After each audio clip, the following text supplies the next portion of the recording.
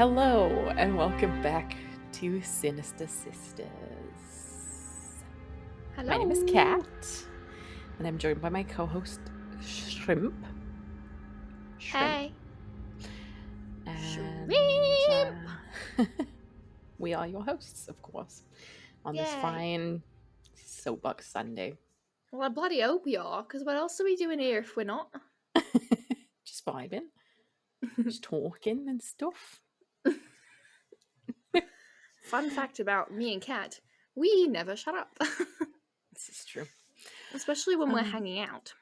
I mean, this is an aside. I don't need to talk about this. Yeah, because you were just complaining about how we needed to hurry up. So I'm tired and want to go to bed. it's 5 p.m. Anyway, so if you like this clusterfuck of a podcast, you may follow us on Instagram at sinistersisters.podcast, Yay. on TikTok at Sinister Sisters Podcast, on Yay. YouTube at Sinister Sisters Podcast. Yay. You can email us at sinistersisterspod@gmail.com. Yay. And we also have case request forms in the various descriptions and bios of our platforms. So Yay. that's our plug. In it. So a Follow few weeks ago now, we talked about the royal family, and we did a very brief dive into the history of the royal family as we know it in modern times. And I had very briefly talked about Edward VIII and his abdication. So today we're going to deep dive into why and how and where Edward VIII abdicated. Let's get it. So I'm going to start with the official story of Edward and why he abdicated. And we did talk about this in that previous episode, so we'll go through it quickly so we're not repeating ourselves too much, but we'll kind of explain what happened. And then we'll touch on some of the conspiracies as to maybe what the real reason was that he was forced to resign from his role as king. Ooh, tea. So, Edward. Sorry, I'm going to interrupt and suggest that if you haven't listened to that previous episode, now would be a really good time to listen to it, just because it has more of a background, and then come back. Yeah, more of a background on the royal family kind of as a whole in the last 100-ish years, but yeah, this is the story of Edward. So, Edward VIII ascended the throne upon his father's death in January of 1936. As we talked about last time, he always had shown some disdain for royal protocol and tradition. But at the time of his ascension, he was actually seen by the British public as a bit of a modernizing force. He himself had the desire to modernize the monarchy and to make it more accessible to the public. He also seemed to genuinely sympathize with the plights of ordinary people during the 1920s and 1930s. When Edward visited depressed mining villages in Wales, his comment that, quote, something must be done, led to concerns among elected politicians that he would interfere in political matters, which was something that was traditionally avoided by constitutional monarchs. These comments, however, made him very popular among Welsh people, and, kind of throughout the 20s and 30s, he also met with a lot of ill, injured people, veterans, people in poverty, and the public really liked him. Edward was very much distrusted. Sounds weird. It's a word. It is a word. Edward was very much distrusted by the establishment. So essentially all the establishment is if you think of kind of upper crust people, high-level decision makers, people who have social and political sway. So these upper folks didn't like him much. He actually really upset a lot of the aristocracy by treating their traditions and ceremonies with disdain. And many of them were offended by his abandonment of accepted social norms. Yeah. He's for the people, he is. A little Eddie boy. In theory. Yes. In theory. I also learned in my research this time around that He was called David amongst family, so. Well, that was his real name, wasn't it? Yeah. There you go. So Edward met Wallace Simpson in January of 1931, and it's generally accepted that they became lovers in 1934. Wallace would eventually go on to be his wife, and she was an American socialite. Edward adamantly insisted to his father that he was not physically intimate with Simpson and that it was inappropriate to describe her as his mistress. Edward's relationship with Wallace further weakened his poor relationship with his parents. As we discussed in our previous episode, George V, so Edward's father, really favored Edward's younger brother and was open about his belief that Edward would not be a good king. He actually told one court functionary that should Edward become king, he would, quote, wreck the monarchy and the empire. Jeez. Yeah. So, not a good relationship. And this relationship that he had with Wallace Simpson made it worse. Nice. At the time of Edward's ascension, Wallace was seeking divorce from her second husband, who was a wealthy shipping company head person.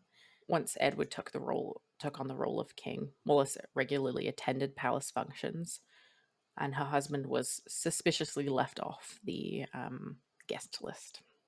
Oh, jeez. Yeah, that's so fun. she's still married to him at this point, officially and publicly. No. Oh, what? Her husband, not Edward. But Edward's king now.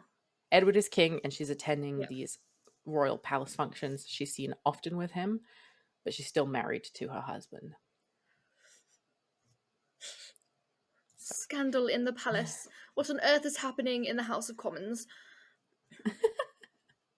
And also, this is the 1930s, so like, I feel like friendships between men and women were much more like rare. Yeah. Versus how they are today. So men and women can't be friends. They'll only want to dick each other. Apparently. So, in the summer of 1936, Edward decided against the traditional prolonged stay at Balmoral Castle, which is typical of the monarchy, in favor of a holiday with Simpson in the Eastern Mediterranean. Again, she's still married at this point. Jeez. Their holiday was widely covered in both American and European press, but it was not covered at all in the British press, who maintained a self-imposed silence. By October, I think because they didn't want to damage his reputation among British people. They were sort of like protecting him a little bit. Ooh. That's nice of them. Well, people knew. The British people knew as well, because it's not like Europe's that far, you know?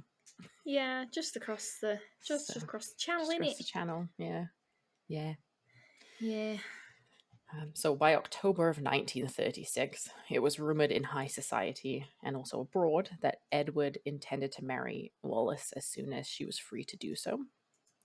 And by the end of October of 1936, this constitutional crisis came to a head when she filed for divorce, and the American press announced that marriage between her and the king was imminent. The king invited Prime Minister Stanley Baldwin to Buckingham Palace on November 16th and informed him that he intended to marry Wallace. Baldwin replied that such a marriage would not be acceptable to the people, stating, quote, "The queen becomes the queen of the country. Therefore, in the choice of a queen, the voice of the people must be heard." In December of 1936, Edward proposed to Wallace, which led to this constitutional crisis. Official opposition. Good start to a marriage. Good start to a marriage. Good start to a monarch reign also. Yeah, a whole constitutional crisis. Yeah. Oh. Yeah, so he only took the throne like less than a year earlier. Like 11 months earlier, 10 months earlier at this point. Our wedding present from my mother-in-law was a constitutional crisis. You got a teapot? How boring. Ugh. Ugh. So the official opposition to Edward and Wallis's marriage came from quite a variety of directions. So there were religious, legal, political, and moral Jeez. oppositions to their wedding. So Wallis was perceived by many to be pursuing Edward only for his money and for his position, and not for love. There were lots of rumors and innuendos that circled in society about her. The king's mother, Queen Mary, was told at one point that Wallis might have held some sort of sexual control over Edward, as she had released him from an undefined sexual dysfunction through practices she had learnt in a Chinese brothel. She cured him of his erectile dysfunction? I guess so. Imagine, like, imagine telling that to somebody about their son. Yeah, right? Like, boundaries, please. Yeah, literally. Let alone Queen Mary, who was like this very proper woman of like long royal descent. Anyway, a literal queen. Yeah. You hear Wallis was like banging your son and she fixed him. She was doing cartwheels on his dick, and it made him so he could make babies again. Yeah. And she learned that at Chinese brothel. Oh, not the Chinese brothel? Anyway, I thought that was funny. It made me You giggle. have to leave that in. So, okay. So as the British monarch, Edward Stark. So, as the British monarch, Edward was also the head of the Church of England, which at this time didn't allow divorced people to remarry in the church if their ex-spouses were still alive. I think that at this point it's important to remember the time frame that we're looking at, and yeah, religion at that time was much more ingrained in society than it is today, and things have changed in recent years. Yes. So the monarch was required by law to be in communion with the Church of England. In 1935, just 1 year earlier from this constitutional crisis, the Church of England had reaffirmed their position, saying that, quote, "In no circumstances can Christian men or women remarry during the lifetime of a husband or a wife." Therefore, Edward, trying to marry a divorcee who would soon have two living ex-husbands, would directly conflict with the church teachings and Edward's role as the head of the church. Wallis's first divorce, which happened in the United States, came on the grounds of being emotionally incompatible, which was not recognized by the Church of England as a legitimate reason for divorce. And if challenged in English courts, it might not have actually been recognized under English law. Oh. At that time, both the Church of England and English law considered adultery to be the only grounds for divorce. So under this argument, her second marriage that she was currently seeking a divorce from, as well as her, potential future marriage to Edward, would have been considered bigamous and considered invalid. Oh, jeez. Yeah. So shortly after Edward and Wallis were married in 1937, the Matrimonial Causes Act was passed, which actually allowed for numerous other divorce justifications at the legal level. So seems slightly suspicious that it came just shortly after they did legally get married. And now the Church of England, in the 21st century, allows for remarrying, but leaves a decision on if it's an acceptable remarriage to the clergy member who's performing the ceremony. The guidelines essentially are to ensure that the marriage itself, or the remarriage, the second marriage or whatever, would not be causing any harm to any of the parties involved. So they have some questions to consider, like, is there still ongoing court proceedings? Did this relationship cause the end of the previous marriage? That sort of thing. And so just to ensure that it's holy, I suppose.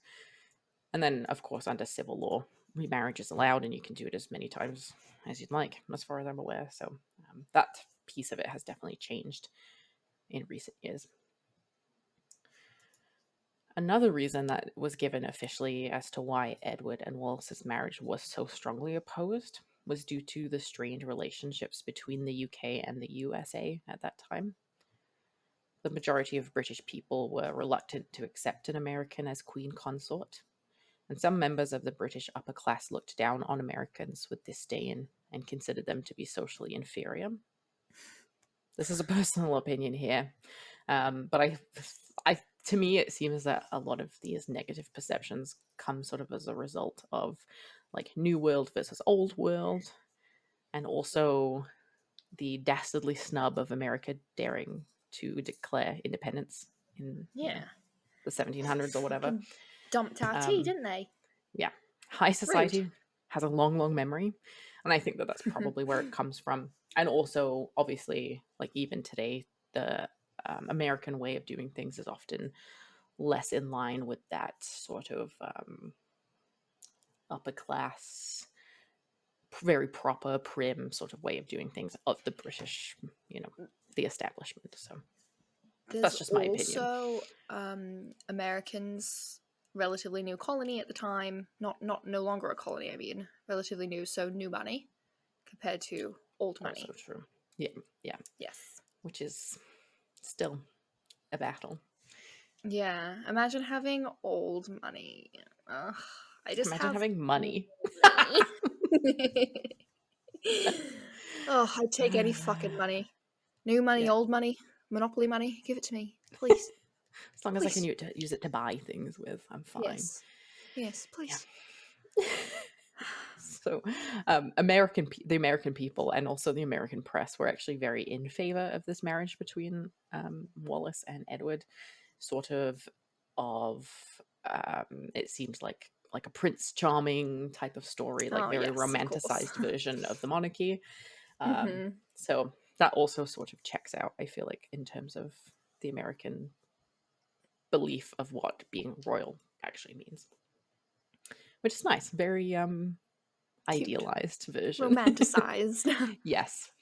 So despite all of these oppositions to the marriage, Edward declared that he loved Wallace and intended to marry her as soon as her second divorce was finalized. And then, as we know, as I've sort of alluded to already, and we talked about in that previous episode, this decision led to Edward's abdication of the throne in mid-December of 1936. In his memoirs, he wrote that he made this decision reluctantly, but with some sense of relief. His is the only voluntary abdication by a monarch in British history. Wild. Yeah.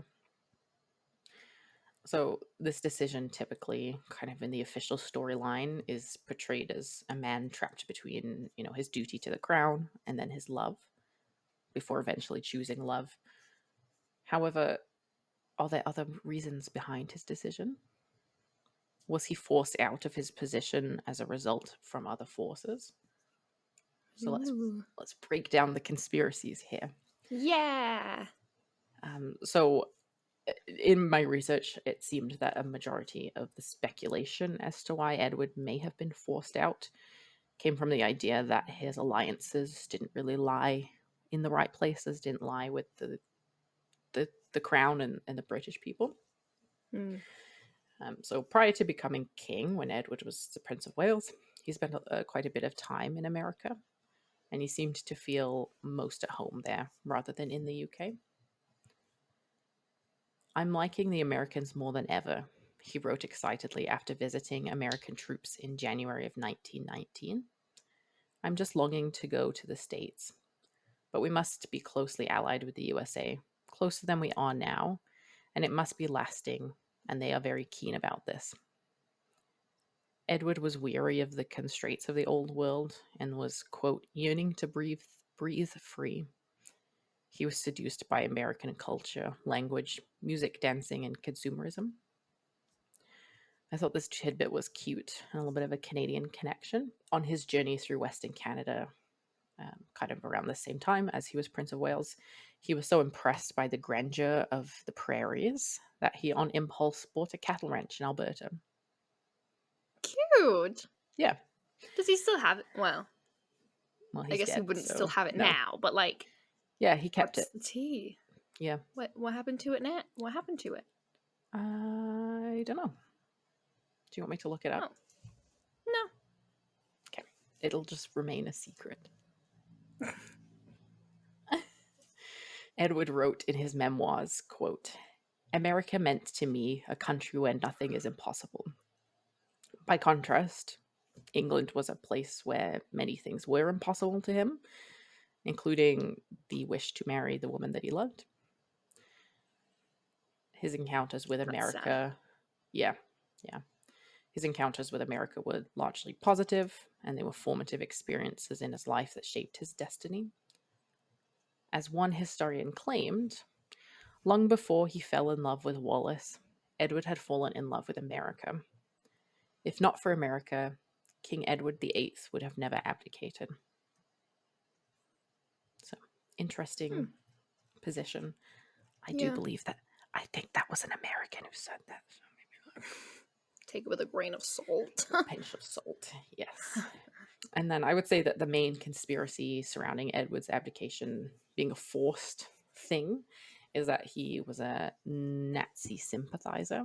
And he actually believed in fascism and what Hitler was sharing as a great vision for the world. Wallace was also quite strongly tied to Nazi Germany. So Edward himself was pretty loosey-goosey with discretion, especially of private, confidential documents that were provided to him as a result of his royal lineage. Top secret files were often left on display for any visitor to Edward's home. And among those socializing with the king, and also after he abdicated, were Italian and German diplomats. He also shared highly sensitive documents with Wallace and discussed their contents with her. At the time, interception by intelligence services revealed that both the French and Swiss embassies in London were reporting to their governments that Wallace had a really strong influence over the king. And the foreign secretary at the time believed that she was in the pocket of the German ambassador. Jeez. Some people actually believed that she was an agent for Nazi Germany. I've seen pictures of the two of them meeting Hitler. Yeah. I'm going to talk a little bit about that in a second here. And we'll include some of those photos in the case file and in the video. But sorry, what were you going to say? I'm pretty sure she bowed to him, didn't she? Yep. She did. Ooh, I'm foreshadowing. You are. So at the time when Edward was still king, the Foreign Office obtained leaked dispatches from the German Reich ambassador to the United Kingdom, which revealed his strong view that the opposition to Edward and Wallace's marriage was motivated by the wish to defeat those Germanophile forces which had been working through Mrs. Simpson. So essentially, that the opposition was largely due to the fact that she had German ties. I think it's important to note here that some of this, anti-German sentiment does seem a teensy bit hypocritical. As we talked about in the last episode, George V was photographed with his cousins, Tsar Nicholas of Russia, and also the German king at the time, Kaiser Wilhelm. Kaiser Wilhelm, thank you. And they look like triplets. They do. They really do. Like the British royal family is German, essentially. Yes, but I think we should recognize the fact that just because you have German ties doesn't mean that you agree with being a Nazi. True. Very true. Yes. Yeah. Anyway, but that's, well, most people in the royal family had some German connections. So just because they had German friends didn't really mean much of anything. Yeah. This is after the Kaiser too, isn't it? Yeah. Hitler took over after the Kaiser. Yes. He was assassinated, wasn't he? Maybe. I'm not sure. I don't know too much about German history, actually. The Tsar was assassinated. The Tsar was assassinated, yeah. Yeah. Okay. So, in October of 1937, Edward and Wallace visited Germany against the advice of the British government and met with Hitler at his Obersalzberg retreat. This visit was highly publicized in the German media. During the visit, the Duke gave full Nazi salutes and was photographed extensively with Hitler. After this visit, Edward wrote a thank you letter to Hitler, initially written in German. The translation reads, "To the Führer and Chancellor, the Duchess of Windsor and I would like to thank you sincerely. Our trip through Germany has made a great impression on us. Many thanks to you for the wonderful time we had with you at Ober Salzburg." Again, a lot of this was never covered in the press in the UK. The BBC felt that the Nazis were trying to use Edward and Wallace to share their propaganda with the British public. And so this information was basically at that time kept under lock and key and was labeled at the BBC as not to be broadcast. So Fun. About 2 years later, the Second World War broke out in September of 1939. Initially, Edward was assigned as a British military mission in France as a general, I believe. He had served during the First World War as well. In February of 1940, the German ambassador in The Hague, in Netherlands, claimed that Edward had leaked Allied war plans for the defense of Belgium. Jeez. When Germany invaded the north of France in May of 1940, Edward and Wallace fled to Lisbon in Portugal. It was reported, or has been reported since, that Hitler arranged for their safe passage from their home in France into Portugal. And they were hosted by an individual called Ricardo Espirito Santo.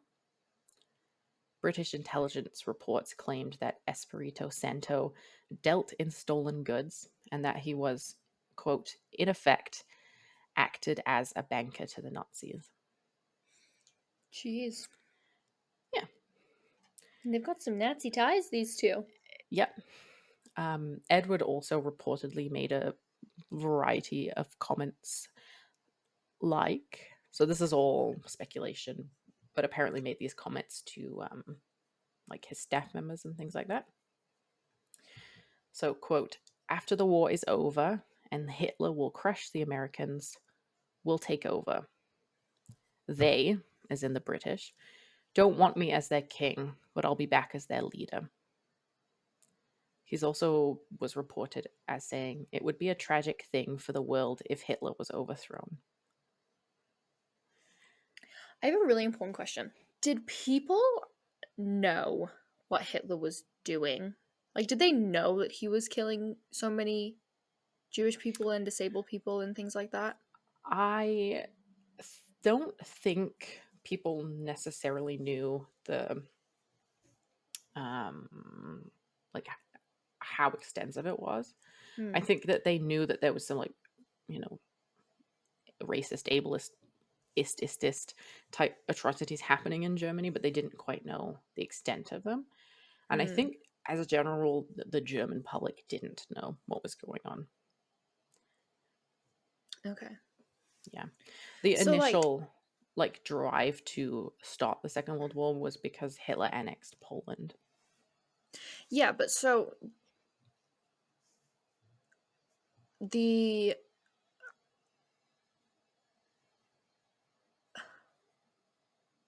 Okay, sorry. I lagged. The Allies won the war, right? Yeah. So when they were liberating like Auschwitz and stuff, is that the first time they found out what was happening? Like actually what was going on? Or was there did they know? I think they knew it was happening, but they didn't know how bad it was. If that makes sense. Yeah. I think. Because I think a lot of American soldiers liberated the really bad concentration camps. And I think they were absolutely horrified by what they found. So I don't know if maybe more upper ranking military members would have known more effectively, but soldiers on the ground didn't necessarily know much or anything at all. So did Edward and Wallace know? I don't know. Because Like, if you didn't know what Hitler was doing with the final solution, then he was, like, just a leader, you know? Yeah. But he, like, the fact that he invaded other sovereign nations Yeah, that's was true. well publicized. That was, like, everybody knew about that. Um, Yeah. and also, obviously, he was responsible for the death of thousands, hundreds of thousands of British people, In the Blitz? just in general, right? No. Soldiers, civilians, yeah, in the Blitz. Yeah. Yeah, So I okay. think, like, maybe didn't know the, like, Holocaust piece of it, but still he, like, the German side, the Axis side of the war was doing horrible things to Edward's own people. Okay. And even if he considered himself to be more closely aligned with America, he, the war was going on there too. So Yeah. yeah, That's okay. That makes sense. yeah. And so a lot of these, like, comments that he was making, this kind of pro Hitler, anti British comments, really reinforced the belief that those Nazi sympathies were what caused the abdication initially. Because I think we mentioned somewhere else that monarchs are supposed to be politically neutral. And so you can't be Mm-hmm. this heavily invested in any politics, let alone politics that are so negative, essentially. Yeah. Can you imagine if he didn't abdicate and then he was king when Hitler Yeah, was Hitlering? it would have been bad. Shit would have been so different. Yeah. Well, he was king briefly while Hitler was Hitlering. But not at like the height of Hitler doing his Hitlering. No. No. Yeah. So towards the end of the Second World War, Allies found a trove of German files buried in the forests in Germany. This probably would have been when they were liberating things. This included approximately 60 documents that appeared to contain correspondence between agents working around Edward and with Nazi Germany. The collection is now known as the Marburg Files. Included in the Marburg Files was a top secret cable from the German ambassador in Lisbon to Berlin that read, Edward is convinced that if he had remained on the throne, war would have been avoided, and he characterizes himself as a firm supporter of a peaceful agreement with Germany. The Duke definitely believes that continued severe bombing would make England ready for peace. And so, So he was basically suggesting that they did just keep bombing England. I think, I didn't actually write this down, but I think that this cable came before the Blitz started.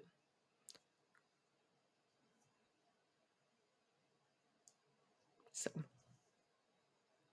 yeah. Thousands of people died in the Blitz.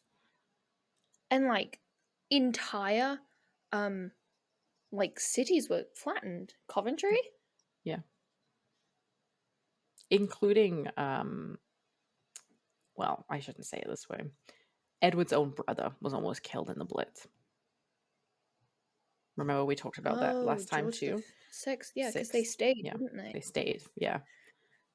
So,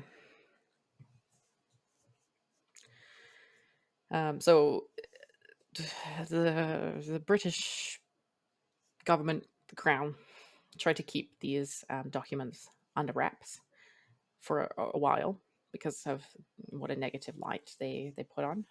But they were eventually published in 1957 by the Americans. At that time, Queen Elizabeth was on the throne.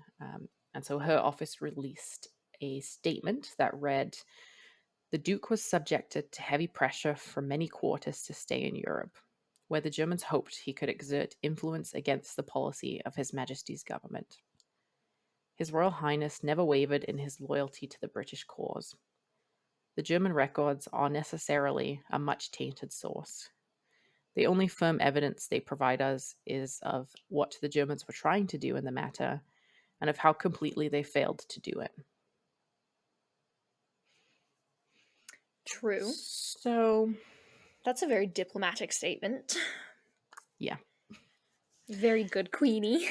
Very good. Well, We love Queen her. We love her Queenie's so office. much. Yeah. Um, Yeah. the papers and correspondence that were discovered, buried in the forest, allegedly actually further detail a plot by the Nazis, which was titled Operation Willie and was to be orchestrated in 1940 to persuade Edward to officially join sides with the Nazis and move him to Germany in a bid to bring the UK to peace negotiations. It proposed convincing Edward of a fictitious plot by King George VI and Prime Minister Winston Churchill to have him assassinated upon his arrival in the Bahamas. So in 1940, he was appointed as governor to the Bahamas and moved out of Europe, and conspiring with him to stage a kidnapping in the hopes of blackmailing the monarchy and the UK into surrender. These papers also allegedly reveal a plan to reinstate Edward as king and recognize his wife as queen in exchange for Nazi forces being given free movement across Europe. Oh my. Yeah. Documents considered the most damning for the British royal family were among his final communications with the Nazis before his departure to the Bahamas, in which it was alleged that the Duke encouraged relentless bombing attacks on the United Kingdom in a bid to force the British government to begin peace negotiations. There is not believed to be any form of evidence that the Duke accepted any of the terms offered by the Nazis in a bid to cooperate with Operation Willie, with historians stating that he actually was more impressed by the encouragement he had to become governor of the Bahamas. But there are some documents that allege to confirm he sympathized with Nazi ideologies. Many historians have suggested that Hitler was prepared to reinstate Edward as king in hope that he could establish a fascist Britain. And allegedly, Edward agreed to do so after reaching Spain. Jeez. Yeah. The Soviet intelligence services were convinced of the Duke of Windsor's treachery when the war broke out. It's probable that they had an informer in his staff, Edward's staff.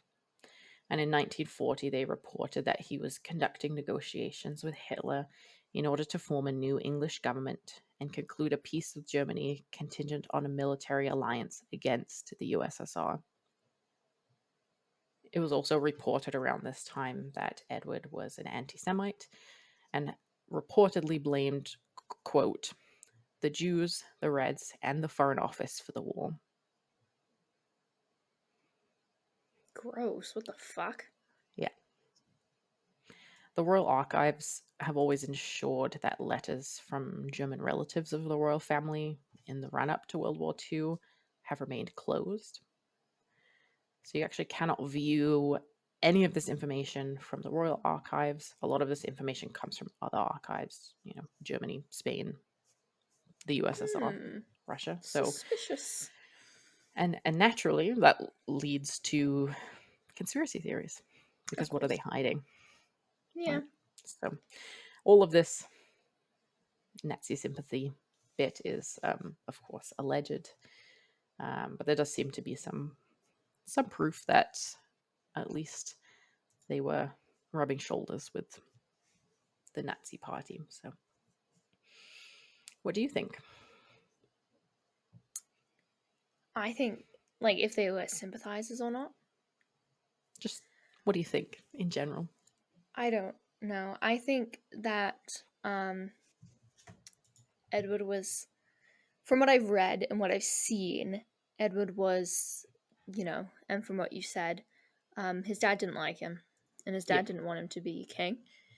And I think he married this lady, whatever, but I wouldn't be surprised because Hitler was a very charismatic person. So I yeah, wouldn't be surprised if Hitler saw in Edward this need to be approved of by someone else yeah, and use that to manipulate him. yeah. I have also would not be surprised if he was if David if Edward was a Nazi.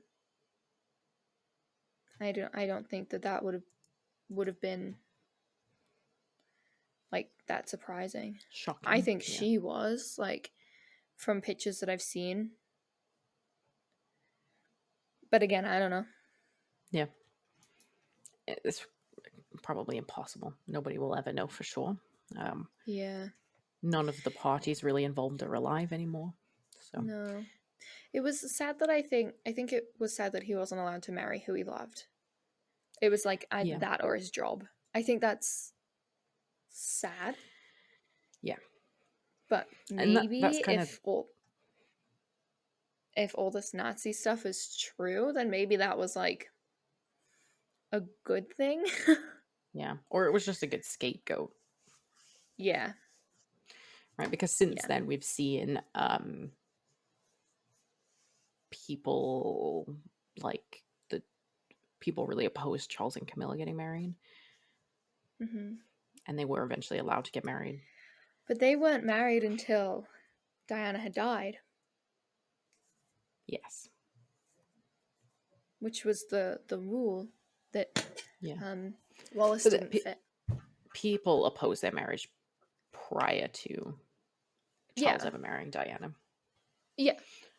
But we've kind of People. seen things like modernize a bit, and Yeah, like Meghan Markle had been yeah, divorced and she married in, yeah, and Diana and Charles, they were divorced, and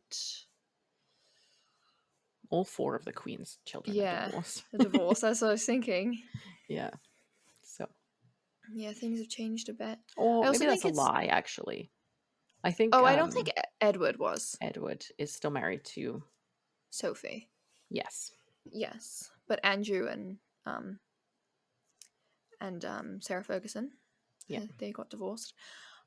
It's weird that um the Church of England was literally invented by Henry VIII Hmm. to divorce his wives, or was it to remarry? Because It his wives was died. um a bit of both. So Well, I guess he killed them, didn't he? But yeah, yeah. Officially, so he annulled two marriages and then remarried while those women were still alive. But because they were annulled, it's not a divorce, so it didn't count. So he was allowed to get remarried. we love a loophole. I think that would be an interesting story to cover too, the Tudors. So, friends, let us know what you think. Yeah. Yeah, do you think that the abdication was for love, or do you think it was not really an abdication and more of a get the heck out? You Nazi. Yeah, Yeah. yeah, yeah. Check out the case file. There's lots of interesting photos in there, Mm. and let us know if there's any cases that you'd like us to cover. But yeah, other than that, thank you so much for listening, coming along on this journey with us, and Yeah. we'll see you on Tuesday. Bye. Bye.